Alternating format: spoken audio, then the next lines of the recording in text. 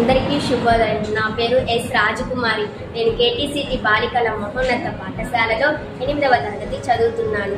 ఇప్పుడు పొట్టి శ్రీరాములు గారి ఆశయాలు నన్ను ఏ విధంగా ప్రభావితం చేశాయన్న అంశంపై ఇప్పుడు మాట్లాడబోతున్నాను. పొట్టి శ్రీరాములు గారు తెలుగు మాట్లాడే ప్రజలకు ప్రత్యేక రాష్ట్రం కావాలని, తెలుగు ప్రజలకు దేశంలో ప్రత్యేక గుర్తింపు, గౌరవం దక్కాలని 58 రోజులు ఆమరణ నిరాహార దీక్ష చేసి శరీరాన్ని, ప్రాణాన్ని త్యాగం చేసిన మహనీయుడు తెలుగు వారి ఇలవెలుపు శ్రీ పొట్టి శ్రీరాములు గారు. ఎవరో వచ్చి ఏదో చేస్తారని ఎదురు చూడకుండా మన కళ్ళ ఎదురుగుండా జరుగుతున్న సమస్యల పరిష్కారానికి మనమే నడుం కట్టాలన్న గొప్ప సందేశాన్ని శ్రీ పొట్టి శ్రీరాములు గారి జీవితం మనకు నేర్పిస్తున్నది. దేశ స్వాతంత్ర్యం కోసం పోరాటాలు చేస్తూ చాలాసార్లు శ్రీరాములు గారు జైలు శిక్ష అనుభవించారు. దేశం కోసం ఆయన ఆరాటం, దేశభక్తి, దేశం పట్ల వారి నిబద్ధత నాలో ఎంతో ప్రేరణని కలిగించాయి. నా దేశం కోసం నేను కూడా నిబద్ధతతో పనిచేయాలన్న బలమైన కోరికను కలుగజేశాయి. కొంతమంది జీవిత చరిత్రలను చదివినప్పుడు ఎంతో స్ఫూర్తిని కలుగజేస్తాయి. అలాగే శ్రీ పొట్టి శ్రీరాములు గారి జీవిత చరిత్ర చదివినప్పుడు నేను కూడా అంతే ప్రభావితమయ్యాను. నెల్లూరులో హరిజనులకు ఆలయ ప్రవేశం కోసం శ్రీరాములు గారు ఎన్నో పోరాటాలు, ఉద్యమాలు చేసి చివరికి విజయం సాధించారు.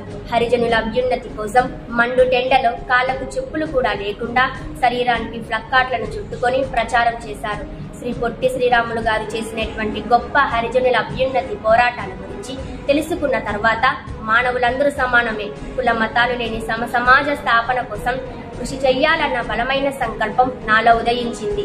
ఇవన్నీ ఒక ఎత్తైతే తెలుగు జాతి, తెలుగు భాష, తెలుగు ప్రజల యొక్క అస్తిత్వం కోసం, వారి గౌరవం కోసం, వారి అభ్యున్నతి కోసం తన సర్వస్వాన్ని త్యాగం చేసిన పొట్టి శ్రీరాములు గారు తెలుగు వారందరికీ ఆదర్శనీయులు, అభినందనీయులు.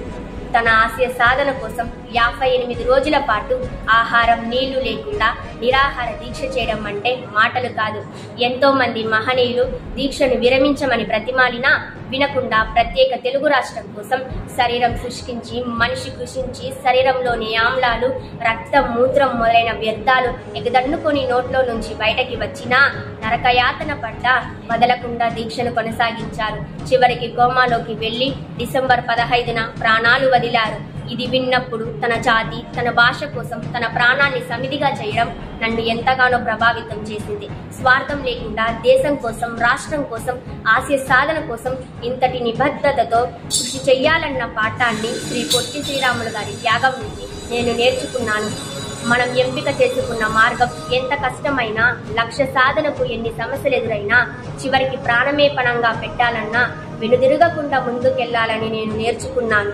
శ్రీ పొట్టి శ్రీరాములు గారి పోరాటాలు, వారి ఉద్యమాలు, వారి నిరాహార దీక్షలు, వారి జీవితం అన్నీ నాకు మాత్రమే కాదు, నన్ను మాత్రమే కాదు, తెలుగు మాట్లాడి ప్రతి ఒక్కరిని ప్రభావితం చేస్తాయి. మన తెలుగు వారందరం తెలుగు భాషను మర్చిపోకుండా తెలుగులో రాయడం, చదవడం నేర్చుకొని, తెలుగులో స్పష్టంగా మాట్లాడడం నేర్చుకొని తర్వాత తరాల వారికి తెలుగు భాషను అందించాలి.